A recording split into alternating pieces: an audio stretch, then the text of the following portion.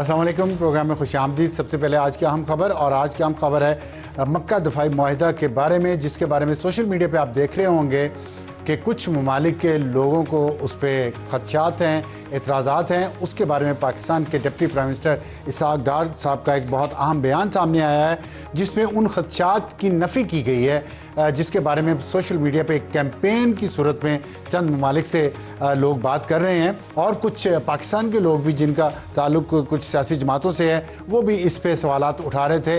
उनका बहुत बेहतरीन जवाब दिया है, लेकिन उसमें जो एक उससे ज़्यादा बड़ी खबर मुझे लगी है सारे जवाब में, जो आज उनका बयान आया है, उसमें ये है कि ये मुआहिदा खित्ते के उन तमाम ममालिक के लिए भी ओपन है जो इसके बुनियादी असूलों को तस्लीम करें, यानी बाहिमी एहतराम, ताउन और पुरअमन तरीक़ों से अपने इख्तिलाफ़ात हल करने पर यकीन रखते हों। तो इसका मतलब ये है कि मक्का मुआहिदे का मतलब कि मक्कातुल मुकर्रमा जो मुसलमानों के लिए, पूरी दुनिया के मुसलमानों के लिए सबसे मुक़द्दस तरीन मुकाम है, वहाँ पे ये मुआहिदा हुआ है। ये रियाज में, ये जद्दा में, ये किसी और जगह नहीं हुआ, मक्का में हुआ। इसलिए इसका नाम भी मक्का है, जो तमाम मकातब फ़िक्र के लिए, तमाम इस्लाम के फ़िरक़ों के लिए मुक़द्दस तरीन जगह है।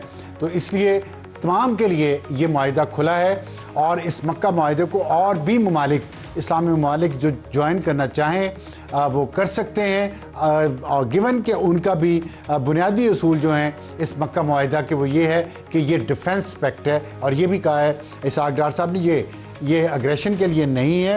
ये यूनाइटेड नेशन के आर्टिकल 51 के तहत इनफरादी और इज्तिमाई दिफा के हक़ को इस्तेमाल करने के लिए है, और इसका मकसद ये है कि अगर इन तीनों ममालिक में से किसी ने भी बाहर से हमला किया तो तीनों ममालिक पर हमला तस्वुर किया जाएगा, और ये आर्टिकल 51 के तहत है, और नेटो भी इसी उसूल पर बना गया। तो ये कुछ चीज़ें उन्होंने इसमें कही हैं, और उन्होंने ये भी बताया कि ये मुआहिदा हुआ आज है, ये 7 अगस्त को हुआ है, लेकिन ये कई सालों से इस बातचीत जारी थी, और बहुत सारे मामलात हल करके 7 अगस्त को इस नतीजे पर पहुँचे हैं।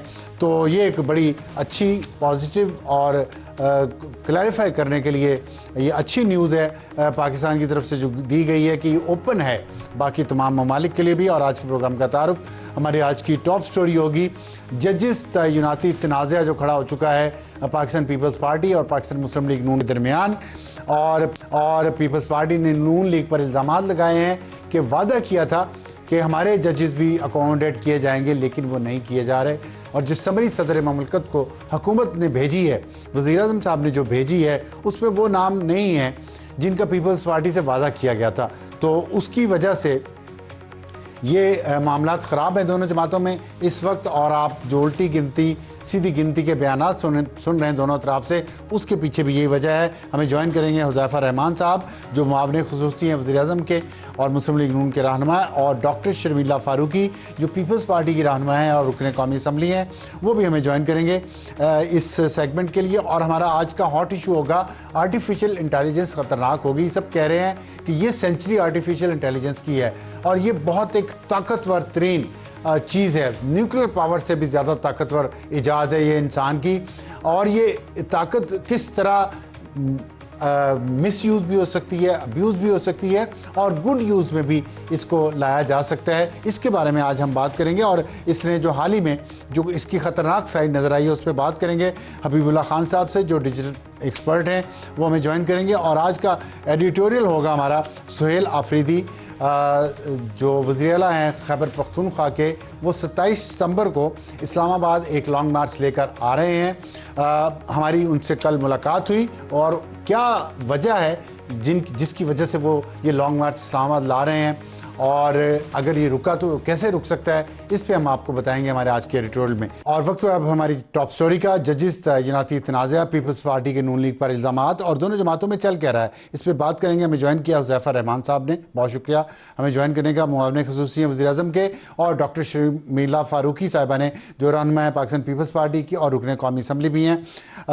ये बताइएगा कि आपसे मैं बात शुरू कर लूँ, अगर आपको मैं सुनवाऊँ, कल नैयर बुखारी साहब ने कुछ बहुत संगीन इल्ज़ामात लगाए हैं पाकिस्तान मुस्लिम लीग नून पे और आपकी हुकूमत पे। उन्होंने कहा हमसे वादा कुछ किया, और जब जजिस तयनाती की समरी भेजी उसमें नाम कुछ और थे। ज़रा सुने क्या कहते हैं। جو ہماری سفارشات تھیں جو یہ پارلیمنٹری لیڈر سے مانگتے تھے وہ نام پاکستان پیپلز پارٹی نے بھی دیے، لیکن پیپلز پارٹی کے دیے ہوئے ناموں کو انہوں نے نہ تو کنسیڈر کیا نہ ان کو اپائنٹمنٹ. پاکستان پیپلز پارٹی یا تو نام نہ لیتے، نام ان سے لیے، ریکمنڈیشنز لیں اور ان ریکمنڈیشن میں ایک بھی اپائنٹمنٹ نہیں کی. ادھر ان کی جے سی پی میں جو ریکمینڈ کیے نام، ایک جو جج انہوں نے اپروو کیا اس کے بارے میں کرپشن کے ایلیگیشن ہے. حذیفہ صاحب، یہ کیا آپ پہ تو بہت بڑا آپ مکمکا کر رہی ہیں دونوں سیاسی جماعتیں کہ کچھ ججز ہمارے لگ جائیں گے، کچھ آپ کے لگ جائیں گے، اور پھر آپ ان کے تو لگا نہیں رہے، اپنے لگا رہے ہیں. بہت شکریہ ابصار صاحب، میں بالکل خود بھی شوق ہوا. میں نے پہلی دفعہ آپ کے پروگرام میں ہی سنا یہ کلپ. وہ ظاہر ہے آپ کے پروگرام میں انٹرویو دیا تھا. آپ بالکل سوال درست ہے. جو اپنی نیر بخاری صاحب فرماتے رہے اس سے تو یہی تاثر مل رہا ہے کہ شاید کوئی ججز کا کوٹا ہے سول سروس کی طرح، اور جس طرح صوبوں کو کوٹا دیا جاتا ہے، جماعتوں کو کوٹا دیا گیا ہے اور اس کوٹے پہ بھرتی ہونی ہے ججز کی. ایسا ہرگز نہیں ہے. نیر بخاری صاحب نے بالکل فیکٹس کو نگیٹ کیا ہے. پہلی بات تو یہ ہے کہ ججز تعینات کوٹے پہ نہیں ہو رہی تو کیا میرٹ پہ ہو رہی ہے؟ میں گزارش وہی کر رہا ہوں. ایک تو نیر بخاری صاحب کی جو پوزیشن ہے انہیں اس طرح کی بات کرنی بھی نہیں چاہیے. انہوں نے بیسیکلی جو ہائر کورٹس ہیں ان کے ججز کی تعیناتی اور ان کی انٹیگریٹی پہ کوشچن مارک کر دیا. سچ بولا ہے تو ایسا نہیں ہے، پتہ چلنا چاہیے. نہیں سر ایسا نہیں ہے نا. مجھے اگر آپ موقع دیں گے میں آپ کو بتا دیتا ہوں. کیسا ہے بیسیکلی وہ کہہ رہے ہیں جوڈیشل کمیشن میں فاروق نائک سے وعدہ کیا. نہیں ایسا نہیں ہے، بالکل غلط ہے. بیسیکلی جوڈیشل کمیشن نام مانگے خود. میں وہ عرض کر رہا ہوں نا، جوڈیشل کمیشن کی جو نئی فارمیشن ہوئی ہے اس کے اندر جتنے بھی ممبران ہیں ان کے پاس یہ اختیار موجود ہے کہ وہ اپنی ریکمنڈیشن دے سکتے ہیں. انہوں نے اپنی ریکمنڈیشن دی. اچھا پی ایم ایل نے بھی اپنی ریکمنڈیشن دی ہوگی. جو ججز آلریڈی 5 ججز ممبر ہوتے ہیں، یعنی 5 ووٹ تو ججز کے ہیں، وہ بھی اس کا حصہ ہیں. اگر پیپلز پارٹی کی ریکمنڈیشن کو جو کورم تھا جس میں 5 ججز بھی ہیں، اٹارنی جنرل بھی ہیں، وزیر قانون بھی ہیں اور باقی پارلیمنٹیرین، انہوں نے اپروو نہیں کیا، تو آپ سکرین پہ بیٹھے کہہ رہے ہیں کہ ہماری ریکمنڈیشن پہ ججز کی تعیناتی اگر نہیں ہوگی تو ہم اسے قبول نہیں کریں گے. میں صرف یہ پوچھنا چاہوں گا کہ تو قوم کو پتہ چلا نا کہ دونوں بڑی سیاسی جماعتوں نے فیصلہ کیا کہ ہماری ریکمنڈیشن یہ ہے. نہیں، سکرین پہ بیٹھ کے قوم کو یہ پتہ چل گیا. پھر روکا کیوں؟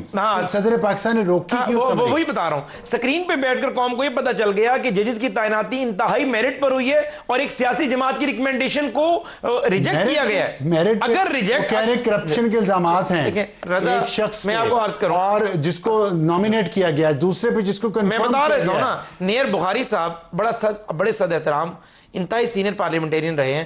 2002 2008 2013 18 24 یعنی یہ 5 الیکشنز بندہ مسلسل ہارے نا جی. آپ پیپلز پارٹی کے ان اراکین جو کہ الیکشن لوز کرتے ہیں، نہیں میں بڑی اہم بات کر رہا ہوں. وہ سینیٹر نہیں سینیٹر رہے تھے سر، وہ تو انہوں نے سینیٹرشپ دی.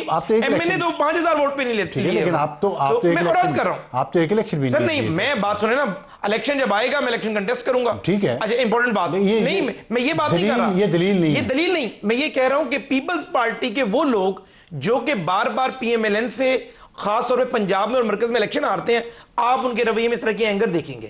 حالانکہ جو باتیں نیر بخاری صاحب نے کی ہیں، وجہ کیا ہے؟ سمری کیوں رکی ہوئی ہے؟ وجہ کیا؟ ہاں یہی تو میں بتا رہا ہوں کہ پیپلز پارٹی کی چوائس کے ججز کو جوڈیشل کمیشن نے اپروو نہیں کیا، اور تو کوئی وجہ نہیں ہے. یہ وجہ ہے نا اس کا بس نہیں تو ہم نے میرٹ پہ لگایا نا. بس ٹھیک ہے. نہیں یہ میرٹ پہ آتے ہیں. میں شرمیلا فاروقی صاحبہ یہ کہہ رہے کہ میرٹ پہ ہم نے ججز لگائے ہیں اس لیے نام نہیں آیا جو پاکستان پیپلز پارٹی نے ریکمنڈیشن دی تھی. کیا آپ کے خیال میں نہیں بلکہ کیا اسی وجہ سے سمری رکی ہوئی ہے کہ میرٹ پہ ججز کے نام گئے ہیں صدر پاکستان کو، اور صدر پاکستان نے یہ کہا کہ نہیں ہمارا کوٹا تو اس میں نہیں ہے تو اس لیے ہم تو نہیں اس کو سمری کو سائن کرتے؟ جی بہت شکریہ ابصار صاحب. دیکھیے صدر پاکستان نے ایسی کوئی بات نہیں کی ہے. جو سمری ہے it is pending with president of Pakistan, اور ان کا پورا اختیار ہے کہ اگر ان کو کسی قسم کے کوئی بھی تحفظات ہیں تو وہ سمری پہ سائن نہ کر. اب ایشو کیا ہے؟ Instead of discussing the issue between the president اور دا پرائم منسٹر یا لا منسٹر، انہوں یہ کیا کوشش کر رہے ہیں، ایک تو انہوں نے پٹیشن لگوا دی ہے اسلام آباد ہائی کورٹ کے اندر. دوسرا یہ کوشش یہ کر رہے ہیں کہ آرٹیکل 48(1) کے اندر کیا نوٹیفائی کر سکتی ہے گورنمنٹ کے نہیں. دیکھیے مزید بحران پیدا ہو جائے گا. جو طریقہ کار ہے وہ یہ ہے کہ آپ صدر پاکستان کی جو لیگل ٹیم ہے جو اس معاملے کو دیکھ رہی ہے، آپ اس سے ڈسکس کریں اگر کسی جج پہ یا کسی ایشو کے اوپر کوئی ایسے تحفظات ہیں ایشو تو اس کو ایڈریس کرنے کی ضرورت ہے, اس کو کنٹیسٹ کرنے کی ضرورت نہیں. یہاں پر یہ کنٹیسٹ کرنے کے لیے جا رہے ہیں. بات یہ ہے کہ اگر آپ اسلام آباد ہائی کورٹ میں انہوں نے اپیل پٹیشن لگوا دی ہے, جی کس مقصد کے لیے؟ دیکھیے وہ یہ اس کو یہ ایکچولی اسلام آباد ہائی کورٹ پٹیشن لگانے کا مطلب یہ ہے کہ اگر پریزیڈنٹ صاحب اس کو ان اسٹیپولیٹڈ ٹائم پیریڈ اس کو اگر اس پہ سگنیچرز نہیں کرتے ہیں تو کیا گورنمنٹ کے پاس یہ اختیار ہے کہ وہ اس کو نوٹیفائی کر دے کہ نہیں کر دے. یہ کانسٹیٹیوشنل پوائنٹ کے اوپر گئے ہوئے ہیں. اگین دا ایشو اسی کے لیے جانا کیوں پڑا, میں اس پہ آتا ہوں ذرا میں 1 منٹ سے مجھے آپ رانا ثناءاللہ صاحب نے کل ہمارے پروگرام میں ایک بات کی اسی ایشو پہ, ذرا سن لیں وہ کیا کہہ رہے ہیں. میرا خیال ہے کہ وہ آؤٹ آف اسلام آباد تھے, وہ واپس آئے ہیں, سگنیچر کر دیں گے. اگر انہیں کسی معاملے پہ کوئی اعتراض ہوا تو وہ اپنا آبجیکشن لگا کے واپس وزیر اعظم کو بھیج دیں گے, اور وزیر اعظم اس کو آئین کے تحت دوبارہ ریکنسیڈر کرنے کے بعد جو ہے وہ واپس لوٹائیں گے. تو وہ پھر 10 دن بعد پریزیوم ہوگا کہ دیٹ ہیز بین اسینٹڈ. وہ تو کہہ رہے ہیں کہ بہت واضح ہے, پٹیشن کی تو شاید ضرورت ہی نہیں, پھر پٹیشن بھی لگوا دی ہے. تو اس کا مطلب ہے کہ آپ کے خیال میں آئین کا آرٹیکل کلیئر نہیں ہے کہ اگر پریزیڈنٹ واپس بھجواتے ہیں سمری اور تو وہ 10 دن بعد آٹومیٹکلی پرزیوم نہیں ہوگی کہ اسینٹڈ. نہیں ابصار صاحب دیکھیے, اگر صدر پاکستان کی طرف سے اس پہ کوئی اعتراضات آتے ہیں تو وہ اعتراضات واپس پی ایم آفس جائیں گے اور وہاں پر ان کو ایڈریس کرنا پڑے گا. اس کو ایڈریس کر کے اگر دوبارہ صدر پاکستان کے پاس بھیجتے ہیں اس کے بعد پروسیس چلے گا. لیکن اس وقت جو اسلام آباد ہائی کورٹ کے اندر پٹیشن لگائی ہے وہ یہ کہہ رہے ہیں کہ جی صدر پاکستان جو ہے اپنی ایک کانسٹیٹیوشنل ڈیوٹی پوری نہیں کر رہے ہیں. اچھا, جو ابھی ریزرو ہوا ہے آرڈر اس پٹیشن کے اوپر وہ یہ ہے کہ whether the petition is maintainable or not, ابھی اس کے اوپر آرگیومنٹ نہیں ہوئی ہے. ابھی تو ایک یہ پوائنٹ پہ گئے ہیں کہ جناب یہ صدر پاکستان کی ایک آئینی اختیار ہے, وہ اس کو پورا نہیں کر رہے جو ان کو کرنا چاہیے. سو the اسلام آباد high court has reserved its verdict whether this petition is maintainable or not. اس ایشو کے اوپر ریٹ بھی فائل ہو سکتی ہے کہ نہیں ہو سکتی. ٹھیک, لیکن ڈاکٹر صاحب ایک سوال میرے ذہن میں آ رہا تھا کہ کیا یہ مناسب ہے پاکستان پیپلز پارٹی کی طرف سے یہ کہنا کہ ہمارا نام دیا ہوا فاروق نائک صاحب نے, جو نیر بخاری صاحب نے کل میرے پروگرام میں فرمایا ہے کہ ہمارا دیا ہوا نام اس لسٹ میں نہیں ہے تو ہمیں اس پہ اعتراض ہے, اور دوسرا انہوں نے کہا کہ ایک جج کو کنفرم کرنا تھا تو وہ اب نہیں ہوں گے کیونکہ ڈیٹ گزر جائے گی اور ان پہ کرپشن کے الزامات ہیں وہ ایکٹنگ جج سے, اور پھر جو ریکمینڈ کیا گیا اس پہ بھی کرپشن کے چارجز. کچھ ثبوت ان تمام چیزوں کا, یا یہ کہ فاروق نائک صاحب نے جو نام دیا تھا وہ لسٹ میں شامل ہوتا تو اب تک سائن ہو چکے ہوتے, وہ نہیں ہے تو نہیں سائن ہو رہی. یہ عجیب سی بات نہیں لگتی آپ کو؟ نہیں, میں تھوڑا سا اس پہ تھوڑی سی وضاحت کر دوں. یہ نیر بخاری صاحب کے اپنے آبزرویشنز ہوں گے کہ کیوں سائن ہو رہا ہے نہیں ہو رہا, لیکن ایسے کوئی بھی اعتراضات ان رائٹنگ صدر پاکستان کی طرف سے نہیں ابھی تک موصول ہوئے. اس کے اوپر ڈسکس کرنا یا اس کے اوپر مزید تبصرہ کرنا میں سمجھتی ہوں کہ کریکٹ, اٹس ناٹ فیئر, کیونکہ ان کی آفس سے نہیں آیا. اگر ان کی آفس سے آتا کہ اس جج پہ اعتراض, وہ کر سکتے ہیں, صدر پاکستان کر سکتے ہیں اعتراض, لیکن ان کی طرف سے ان رائٹنگ نہیں آیا. اب یہ قیاس رائیاں ہیں, میں بھی کہہ سکتی ہوں کہ جی اس وجہ سے نہیں کر رہے ہیں, میرے خیال میں فلاں جج کا یہ ایشو فلاں, لیکن that would not be appropriate because the office of the president has not کیا سرائیاں تو نہیں ہے نا, 15 دن سے زیادہ ہو گیا ٹائم, اور پھر آپ خود بتا رہی ہیں کہ یہ حکومت پٹیشن لے کے چلی گئی ہے ہائی کورٹ میں کہ وہ اپنی آئینی ذمہ داری نہیں پوری کر رہے. اختیار تو ہے لیکن آئینی ذمہ داری پوری نہیں کر رہے اگر یہ پٹیشن چلی گئی ہے. دیکھیے اس وقت بھی صدر پاکستان جو ہے لاہور کے اندر موجود ہیں. he is not in the presidency, he is not in اسلام آباد, اور کوئی قیامت نہیں گر جائے گی نا کہ اگر 2-4 دن اوپر نیچے ہو گئے تو it's not the end of the world. بہت ساری ایسی سمریاں پہنچی ہوتی ہیں جو رکھی ہوتی ہیں, کچھ پرائم منسٹر ہاؤس میں بہت طویل عرصے سے رکھی ہوتی نہیں ہوتی ہیں. یہ ان اینی کیس یہ گورنمنٹ اتنی ایفیشینٹ تو ہے نہیں کہ ہر چیز جو ہے وہ اسٹیپولیٹڈ ٹائم پیریڈ میں, یہ تو بہت دفعہ ایسے بھی کرتے ہیں. آپ کو آپ کو یاد ہے ایک آرڈیننس انہوں نے ایشو کر دیا بغیر صدر پاکستان کے سگنیچر کے, آپ کو یاد ہے پھر وہ آرڈیننس ان کو لینا پڑا, انہوں نے assume کر لیا کہ صدر پاکستان اس پہ سائن کر دیں گے, اور وہ سائن نہیں ہوئے تھے. then they had to take that ordinance back. آپ کو یاد ہے نا کتنی بڑی ابھی کچھ مہینوں پہلے ہوئی تھی کنٹروورسی. بالکل. حذیفہ صاحب یہ بتائیے گا, یہ باتیں بڑی ویلڈ کی ہیں, مطلب آپ مجھے ایک بات سر بتا دیں کہ وہ کہہ رہی ہیں کہ تنازع کو ختم کرنا چاہیے نہ کہ بڑھانا چاہیے. اب آپ کورٹ پہ چلے گئے ہیں کہ جی صدر پاکستان اپنے آئینی ذمہ داریاں پوری نہیں کر رہے ہیں, 15 دن سے زیادہ ہو گئے ہیں, کچھ دن اوپر ہو جائیں گے تو کیا ہوگا. میں ایک کوشچن آپ سے پوچھتا ہوں ڈائریکٹ, اور آپ سے امید ہے کہ آپ ڈائریکٹ جواب دیں گے اسی طرح جس طرح نیر بخاری صاحب دیتے ہیں اور ڈاکٹر شمیلہ نے دیا, کہ اگر وہاں سے اعتراضات آئے ناموں پہ تو وہ نام کچھ نکال دیے جائیں گے, کچھ ایڈ کر دیے جائیں گے لسٹ میں حکومت کی طرف سے یا نہیں, کیونکہ آپ نے دعویٰ یہ کیا ہے کہ وہ لسٹ میرٹ پہ بنی ہے. جی میں سر اس کا جواب بھی دیتا ہوں, اور آپ نے مجھے 2 منٹ کی پیشنٹ آڈینس بھی دینی ہے اس کے بعد. 2 منٹ دیں سر, مہربانی فرمائیں. پہلی تو یہ کہ حکومت 1 انچ بھی پیچھے نہیں ہٹے گی جو لسٹ ہے. جی یہ حکومت کی لسٹ نہیں ہے پہلی بات تو. دیکھیں میں بڑے کینوس میں بات کر رہا ہوں, یہ زرداری صاحب کو بھی آج سوچنا ہے.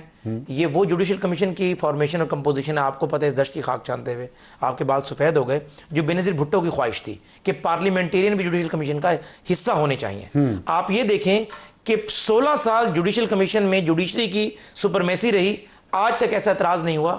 اگر زرداری صاحب اس طرح کی سمری جو کہ ان کے اوپر بائنڈنگ ہے, یعنی ہی از باؤنڈ کہ اس سمری کو سائن کریں, وہ انہوں نے روک رکھی ہے, تو مجھے آپ یہ بتائیں کہ اس کا مطلب یہ ہے کہ آپ جمہوری لوگوں پر اور پارلیمنٹ پر انگلی اٹھانے کا موقع, آپ بھی انگلی اٹھا رہے ہیں, سارے اٹھا رہے ہیں کہ ابھی نہیں جمعہ 8 دن ہوئے ہیں کہ پارلیمنٹیرین جو ہے جوڈیشل کمیشن کا حصہ بنے ہیں, اور انہوں نے پہلی تعیناتی یا دوسری تعیناتی پر اعتراض کر دیا.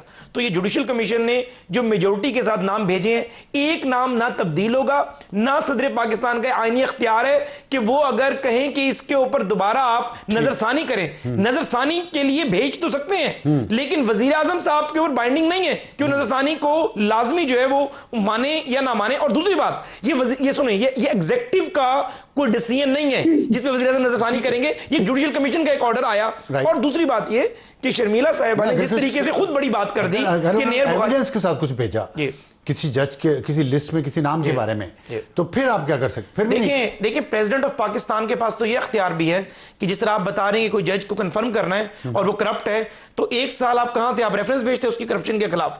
نیر بخاری صاحب کے بارے میں بڑی اچھی بات کی, میں شرمیلا صاحبہ کی بات سے ایگری کروں گا کہ آپ ایزمپشن پہ یا شک بیس پہ اتنی سخت بات نہیں کر سکتے. تو مجھے بتائیں کہ شک یا ایزمپشن بیس کے اوپر آپ یہ کیوں کہہ رہے ہیں کہ حکومت جو ہے وہ اپنے من پسند بندے لگانا چاہتی ہے, یا حکومت جو ہے وہ سمری جو ہے اس کی منظوری کے بغیر آگے چلنا چاہتی ہے. اور آخری بات, جو سمری یہ بات ریفر کر رہی ہے شرمیلا صاحبہ, انہیں پتا ہوگا کہ پوری فیڈرل گورنمنٹ اس ای آفس پر چلی گئی ہے. جو صدر پاکستان کا آرڈر واپس ہوا تھا ای آفس کے اوپر, ذرا کوئی بندہ آپریٹ کر رہا ہوتا ہے, پرنسپل سیکرٹری کوئی بندہ بھی, تو پرائم منسٹر آفس کو موصول ہوا تھا کہ پریزیڈنٹ اسمبلی اپروو کر دی ہے, اس کے اوپر ای سائننگ ہوتی ہے. جب انہوں نے بعد میں پریزیڈنٹ نے کہا میں نے نہیں کیا. اوکے, آپ کے جواب آ گیا. آخر میں ڈاکٹر شرمیلا صاحبہ آپ بتائیے, آخر میں ذرا مختصراً بتا دیں کہ وہ تو کہہ رہے ہیں جی اس میں کوئی تبدیلی نہیں ہوگی, اگر صدر صاحب نے اعتراضات لگائے بھی تو بالکل ایز اٹ از واپس ہی جائے گا. دیکھیں جی بات یہ ہے کہ اس وقت اس معاملے کو کافی طول مل گئی ہے, ٹھیک ہے. سو دا بیٹر تھنگ از, جو ایک میں سمجھتی ہوں کہ طریقہ کار ہونا چاہیے 2 اتحادیوں کے بیچ میں, of course between the presidents office and the prime minister office, کہ وہ کمیونیکیٹ کریں ایک دوسرے سے, ٹھیک ہے. اس میں کوئی حرج نہیں ہے. انسٹیڈ کہ نیر بخاری صاحب کچھ کہیں, میں کچھ کہوں, حذیفہ صاحب کچھ کہیں, کیا اختیار ہے کیا نہیں ہے, کیونکہ the constitution is very clear on this. So بہتر ہوتا کہ اگر یہ کمیونیکیشن ہو جاتی اور ہونی چاہیے, why not, it's a functional democracy, اس میں کمیونیکیشن آپ کریں. ہاں بالکل ٹھیک ہے. ان کی پوری پریزیڈنسی کی پوری لیگل ونگ ہے. جی دیکھیں اس کا مطلب ہرگز یہ نہیں ہے کہ پریزیڈنٹ کوئی آبجیکشن ریز نہیں کر سکتے. Let me make this very very clear. لیکن ابھی تک as of today to my knowledge ابھی تک ایسی کوئی آبجیکشن ریز نہیں ہوئی ہے. ٹھیک. بہت شکریہ ڈاکٹر شرمیلا فاروقی صاحبہ, حذیفہ رحمان صاحب, اور وقت کے بعد واپس آئیں گے تو ہمارا آج کا ہاٹ ایشو. پروگرام میں دوبارہ خوش آمدید. وقت ہوا ہمارے آج کے ہاٹ ایشو کا, اور آج کا ہاٹ ایشو ایک بہت ہاٹ ٹاپک پہ ہے, اور وہ ہے آرٹیفیشیل انٹیلیجنس. اور آرٹیفیشیل انٹیلیجنس خطرناک ہے. کس سینس میں؟ ابھی حال ہی میں ہمیں پتہ چلا کہ اوپن اے آئی کا ایک ماڈل ہے, اس نے हगिंग फेस नामी एक और कंपनी को उसने हैक कर लिया और ख़ुद ब खुद कर लिया। आर्टिफिशियल इंटेलिजेंस इतनी ज़्यादा तरक्की कर गई है कि उसके जो मॉडल्स हैं वो खुद अपने तौर पे सिस्टम में से निकल के उनको जो उनको माहौल प्रोवाइड किया जाता है उसमें से निकल के जाके अब दूसरी जगहों पे चीज़ों को हैक करना शुरू हो गए हैं। और इसके बाद एंथ्रोपिक और मेटा ने भी इस बात को तस्लीम किया कि उनके जो प्रोग्राम्स हैं उन्होंने भी इस तरह की हरकतें की हैं। और ये आज के दौर में एक बहुत अहम इशू है, क्योंकि आर्टिफिशियल इंटेलिजेंस जिस तरह तरक्की कर रही है और उससे जो तबाही फैल सकती है, जिसका जिक्र इलॉन मस्क ने भी किया है और एक इंटरव्यू में, और उसने कहा है कि हम एक ऐसे बच्चे को, ये आर्टिफिशियल इंटेलिजेंस एक ऐसे बच्चे की तरह है जो बहुत जीनियस है और जिसकी हम तरबियत कर रहे हैं। उसकी तरबियत के दौरान हम उसको अच्छे मॉरल्स भी सिखा सकते हैं, बुरे मॉरल्स भी सिखा सकते हैं। तो अगर हम उसको अच्छी वैल्यू सिखाएंगे, अच्छे मॉरल सिखाएंगे तो वो अच्छे नतीजे देगा। और यही आज सवाल है हमारे इस सेगमेंट में कि बुरे लोग भी तो सिखाने वाले हैं आर्टिफिशियल इंटेलिजेंस को, अगर अच्छे सिखाने वाले हैं तो इसका मतलब तो ये हुआ कि आर्टिफिशियल इंटेलिजेंस एक बहुत ख़तरनाक हथियार में तब्दील होने जा रहा है। और हमें ज्वाइन किया है हबीबुल्ला खान साहब ने, जो डिजिटल एक्सपर्ट हैं, पहले भी हमारे साथ आ चुके हैं प्रोग्राम में। बहुत शुक्रिया हबीब साहब, मैंने थोड़ा टाइम ज़्यादा ले लिया, लेकिन आप बताइए, सवाल ये है कि आर्टिफिशियल इंटेलिजेंस वो कह रहा है कि हमसे ज़्यादा स्मार्ट होगी, इलॉन मस्क कह रहे हैं हमसे आगे निकल जाएगी, इंसान अशरफुल मखलूक़ात, तो उससे आगे इंसान ने एक चीज़ बनाई जो उससे आगे निकलने जा रही है और वो ख़तरनाक भी हो सकती है। तो क्या फिर ये आगे हम दुनिया ख़त्म भी हो सकती है किसी दिन? देखिए सर, अस्सलाम वालेकुम। क़ुव्वत इरादी जिसकी आपने बात की, फ्री विल की, तो इसकी आज़ादी आपको है, मुझे है, ठीक है ना, मशीन को नहीं है, ठीक है जी। मशीन जो ये बहुत समझदार है और बहुत आगे निकल रही है, इसको आप कंप्यूटेशनल पावर कहेंगे, यानी कि वो डेटा उसको आप देते हैं, वो उसको प्रोसेस करके एक जवाब निकाल देती है, ठीक है। लेकिन इसको वैल्यूज़, जजमेंट, इसकी हदें क्या हैं, ये तो आपने सिखानी है ना। तो अगर हम उसे गलत सिखा देंगे आप तो लोग सिखाएंगे तो सही। बिल्कुल। आप इसकी बात करते हैं, आपके ख्याल से पाकिस्तान पे हर रोज़ साइबर अटैक नहीं हो रहे जो एआई की वजह से हो रहे हैं? हर रोज़ हो रहे हैं, हज़ारों हो रहे हैं। ये तो होता रहेगा, आपको डिफेंड करता है, ये आर्म्स रेस चलती रहेगी। लेकिन जब आप इस मॉडल की बात करते हैं जो इसने हगिंग फेस को हैक किया, वो सब कुछ किया, इसके पीछे एक्चुअली मसला ये है कि मसला नहीं है, अमेरिका ने थोड़ी सी गार्ड रेल्स रखी हुई हैं। उन गार्ड रेल्स की वजह से हगिंग फेस अपने आप को डिफेंड नहीं कर सकी, क्योंकि अगर आप उसको इतना ताकतवर बनाने के डिफेंड करने में तो अटैक के लिए भी इस्तेमाल हो सकती है। तो एक्चुअली हंसने की बात यह है कि उनको कोई चाइनीज मॉडल इस्तेमाल करना पड़ा अपने आप को अमेरिकी मॉडल से बचाने के लिए। अमेरिकी मॉडल चाइनीज मॉडल से ज्यादा ताकतवर है, लेकिन उसके अंदर आपने थोड़ी बहुत जो है ना गार्ड रेल्स रखी हुई है। अच्छा, उस गार्ड रेल्स में से उसने लूप होल निकाला और उसने कहा हाँ मैं जाके ना मुझे इन्फॉर्मेशन चाहिए, तो अपनी तरफ से वो ये नहीं सोच रहा था कि मैं हैक कर रहा हूँ, मैं सोचा कि मुझे इन्फॉर्मेशन चाहिए और जो कुछ मैं कर सकता हूँ इन्फॉर्मेशन लेने के लिए वो मैं करूंगा, तो उसने हैक कर दिया। लेकिन वो इस तरह ही सोच रहा था मैं कोई गलत चीज़ कर रहा हूँ। आप उसको समझा देंगे ये गलत है तो वो गार्ड रेल्स बना दें तो वो माइंड। लेकिन कोई ऐसा भी तो हो सकता है ना जो उसे समझाए कि आपने गार्ड रेल में से भी कैसे निकलना है, कोई उसको इस तरह की प्रोग्रामिंग भी कर सकते हैं। तो कोई ऐसे ही है जैसे एटम जब तोड़ा गया पहली दफ़ा तो उससे एक एनर्जी पैदा हुई, बिल्कुल, जिससे बिजली भी बनाई और एटम बम भी बनाया, बिल्कुल। तो अब आर्टिफिशियल इंटेलिजेंस भी ऐसे ही है, ये नया एटम बम है। इंसानी तारीख में आर्टिफिशियल इंटेलिजेंस से ताकतवर कोई चीज़ अभी तक नहीं पैदा हुई, अभी तक कोई एटम कोई कुछ इसके मुकाबले में कुछ नहीं। ठीक है, तो इसका मतलब है कि दोनों तरफ, हाँ, आपको पकड़ना इस तरफ से पड़ेगा कि आपको हर चीज़ में ना एक इंसान रखना पड़ेगा, कि यानी कि जो भी कोई एआई करे ना, 2-3 आपको बस असूल बनाने पड़ेंगे कि यार जो भी तुम करो वो ऑडिटेबल होना चाहिए, जो भी तुम करो उसके वो इन रूल्स में होना चाहिए जो हम तुम्हें बताएंगे, और हर चीज़ के अंदर जो कोई कॉन्सिक्वेंशियल डिसीजन होगी ना उसकी आप एक लिस्ट दे देंगे, कहेंगे इसमें इंसान इस्तेमाल होगा, तुम्हें इंसान से पूछना पड़ेगा। ठीक है, तो ये एक आपको एक फ्रेमवर्क बनाना पड़ेगा और इसके बगैर आप नहीं कर सकते। आपको समझा दे एक मुल्क को या पूरी दुनिया को? ये बड़ा अच्छा सवाल है सर। या हर लेवल पे बनाना पड़ेगा, आपको अपने पर्सनली भी बनाना पड़ेगा क्योंकि वो आपके बारे में सब कुछ जान जाएगा है। हर कंपनी को बनाना पड़ेगा, हर मुल्क को बनाना पड़ेगा, और फिर मुल्कों को मिलकर भी ये बनाना पड़ेगा। तो ये 4 सतह पे होगा। आर्टिफिशियल इंटेलिजेंस के लिए एक अलग से अक़वाम मुत्तहिदा बनेगी? अक़वाम मुत्तहिदा तो नहीं बनेगी, लेकिन मैंने पहले भी आपको जो अर्ज किया था पहले आपके सेशन में, इस वक्त 2 कौमें बनने जा रही हैं। एक वो कंट्रीज जिन के पास ये डेटा सेंटर लग गए हैं, जिनके पास ये मॉडल बन रहे हैं, और एक वो कंट्रीज जो उनको फॉलो करेंगी। ठीक है जी, अगर उन्होंने असूल बना दिए कि ये असूल हैं तो फिर आप रह जाएंगे। वही जैसे पहले हमने जैसे न्यूक्लियर पावर की बात कर लेते हैं कि 5 मुल्कों ने बना दिया कि हम न्यूक्लियर पावर्स हैं, यूनाइटेड नेशन में भी हमारे पास न्यूक्लियर बॉम्ब्स हैं। तो और वीटो पावर है। इसी तरह वो पहले चले गए और उन्होंने रूल बना दिया बाकी मुल्क अब न्यूक्लियर वेपन्स नहीं बना सकते। क्या इसी तरह का आप कह रहे हैं कि डेटा सेंटर का भी इसमें आपको बस करना ये है कि हर नेशन की आवाज जो है ना हो, क्या हर नेशन अपनी आवाज बीच में डाल सके और कहे कि जी हमारी ये जरूरियात हैं, क्योंकि जो ग्लोबल साउथ है, जो नेशन जो पीछे रह गई है और जो आगे वेस्टर्न नेशन है, उनके एम्स डिफरेंट है। ये तो आइडियल बात कर रहे हैं, ऐसे होगा तो नहीं, लेकिन हर चीज में होता है ना। आप माजी में तो नहीं हुआ। अब न्यूक्लियर पावर की अगर हम बात कर रहे हैं तो वो तो पाकिस्तान जबरदस्ती बन गया, इंडिया भी बन गया, उसके अलावा तो नहीं बन सके ना कोई। उसके अलावा कोई नहीं, बिल्कुल आप सही कह रहे हैं। तो इसका मतलब है कोई रेजीम थी ना जिसने इसको कंट्रोल किया। मिसाइल्स के लिए भी एक रेजीम है, आपको एआई के लिए इसी तरह की एक रेजीम बनानी पड़ेगी, और फिर उसमें ग्लोबल साउथ फिर पीछे रह जाएगा। यही तो मैं कह रहा हूं कि इस मरतबा आपको ये, क्योंकि मार्केट जो है ना इस वक्त ग्रोथ दुनिया में कहां से आ रही है, ग्लोबल साउथ से, इमर्जिंग मार्केट से ही आ रही है। तो इन मार्केट के पास ताकत है, तो ये सब अगर मिल जाएं तो कहें कि जी हमारी बात भी सुनी जाए तो वो सुनी जाएगी। नहीं, पहले तो नहीं सुनी गई। अगर जो आप माजी के देखते, अभी आप कैसे इस दफा डिफरेंट कैसे होगा कि अमेरिका और चीन जो है वो आगे हैं सबसे, बाकी ममालिक की वो क्यों सुनेंगे?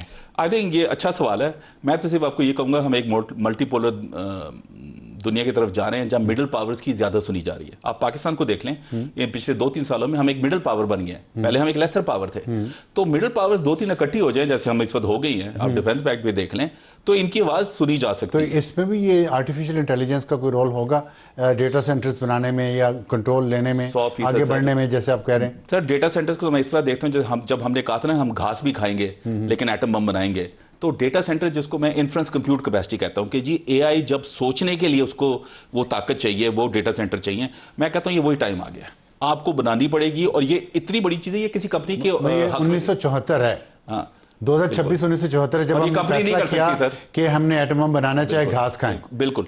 और तो ये कोई ये एटम, ये आपने कहा उससे भी बड़ी ये ताकत है, उससे भी बड़ी ताकत है, डेटा सेंटर्स बनाने पड़ेंगे। बिल्कुल। और मैं आपको कह रहा हूं कि ये एक कंपनी नहीं कर सकती, ये गवर्नमेंट को, जैसे अमेरिका में मैनहट्टन प्रोजेक्ट नहीं बनाया था एटम बम बनाने के लिए, उसी तरह, और जैसे हमने कोहोटा में कहा था कि ये हम एटम बम बनाएंगे, उसी तरह की एफर्ट गवर्नमेंट को करनी पड़ेगी। अच्छा, हर हालत में। ये जैसे कहते हैं ये कंपनी के लिए बहुत छोटा काम है, ये बहुत बड़ा काम है, ये मुल्क को ही करना पड़ेगा। तो गवर्नमेंट कर सकेगी, गवर्नमेंट का तो कर सकेगी, आपने शुरू कर दिया। गवर्नमेंट का तो कह रहे हैं कोलैप्स हो गया, सिस्टम में कोलैप्स हो गया। नहीं सर, देखें सिस्टम जब भी एक नया सिस्टम बनता है तो पुराना सिस्टम आपको ऐसे ही लगता है कि कोलैप्स कर रहा है। तो देखिए मैं तो हमेशा पॉलिटिकल सिस्टम, लेकिन एटम भी हमने इसी कोलैप्स सिस्टम के जरिए बना लिया था। देखिए हर मुल्क को अपना पॉलिटिकल सिस्टम चाहिए, तो उसके ऊपर भी बड़ी अच्छी गुफ्तगू हो सकती है किसी दिन। इस वक्त मैं आपको ये कहूंगा कि एआई जो है ना इस वक्त बड़ा अच्छी अपॉर्चुनिटी है, सारे लोग इस वक्त जीरो पे खड़े। ठीक है ना, ठीक है। 50-70 साल की लीड थी काफी लोगों के पास, वो बहुत कम है। तो इस वक्त अगर हम सही तरह से इन्वेस्टमेंट कर लें तो हम जो है ना 10-20 साल का सफर 1 साल में तय कर सकते हैं। आप कह रहे हैं कि न्यूक्लियर में जो 50-70 साल का फर्क था इसमें नहीं है। मैं कहता हूं इकोनॉमिक्स में भी, इकोनॉमी में एंड में तो बात इकोनॉमिक एक्टिविटी की होती है ना। ठीक है, तो उस पे पाकिस्तान के लिए चैलेंजेस क्या हैं? एक तो जो मुझे अभी मेरे टीम ने बताया कि पानी की पाकिस्तान में कमी है, और डेटा सेंटर्स के लिए पानी बहुत जरूरी है ठंडा रखने के लिए। इसमें कोई शक नहीं। तो फिर कैसे होगा ये? ज़रूरी है, लेकिन इतना पानी हमारे पास है। ठीक है जी, मैं अभी एक कराची में है क्वांटम ग्लोबल डेटा सेंटर, उनकी साइट विजिट करके आया हूँ। पानी है उनके पास और उनके पास बिजली भी है, तो ये जगह हैं जहां आप ये काम कर सकते हैं। एक बंदा 10,000 रैक लगा सकता है। और हमें जो मसला है ना, हमें मसला टेक्नोलॉजी का है। अमरीकी चिप एक तो महंगे हैं, दूसरे मिल नहीं रहे। हमारी जो नया असर रसूख आया ना, हमें उसको इस्तेमाल करना चाहिए कि ये चिप्स हम लेके आए। दूसरा, हमें चाइना के साथ भी रवाबत बढ़ाने पड़ेंगे एआई में, क्योंकि उनके चिप्स भी अब कैचअप कर रहे हैं। ठीक है जी, हमें दोनों तरफ ये गेम खेलनी पड़ेगी और ये बहुत इंपॉर्टेंट है। ये दोनों तरफ की गेम खेलने का मास्टर है काफी अरसे से, इसीलिए मैं कहता हूं कि हमें होप है। नहीं तो होप तो तब है ना जब विजन था और एक फैसला किया भुट्टो ने उस वक्त। अब विजन है, फैसला हो जाएगा एआई पे कि नहीं होगा? सर मैं आपको बता रहा हूं कि कौन एआई पे इस वक्त काम नहीं कर रहा।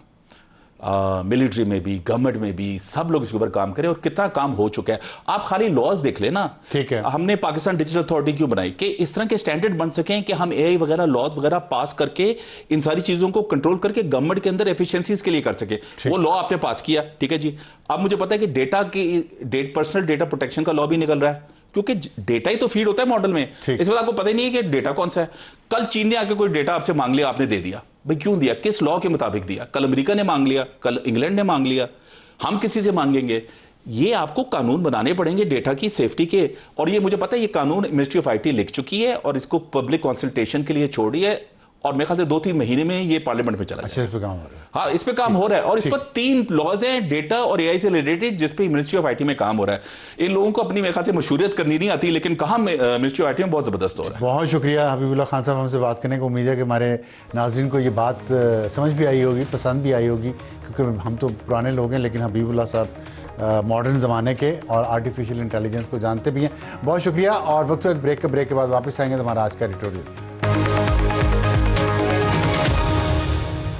और वक्त है हमारे आज के एडिटोरियल का। वज़ीर आला खैबर पख्तूनख्वा सुहेल अफरीदी साहब से कल हमारी मुलाकात हुई।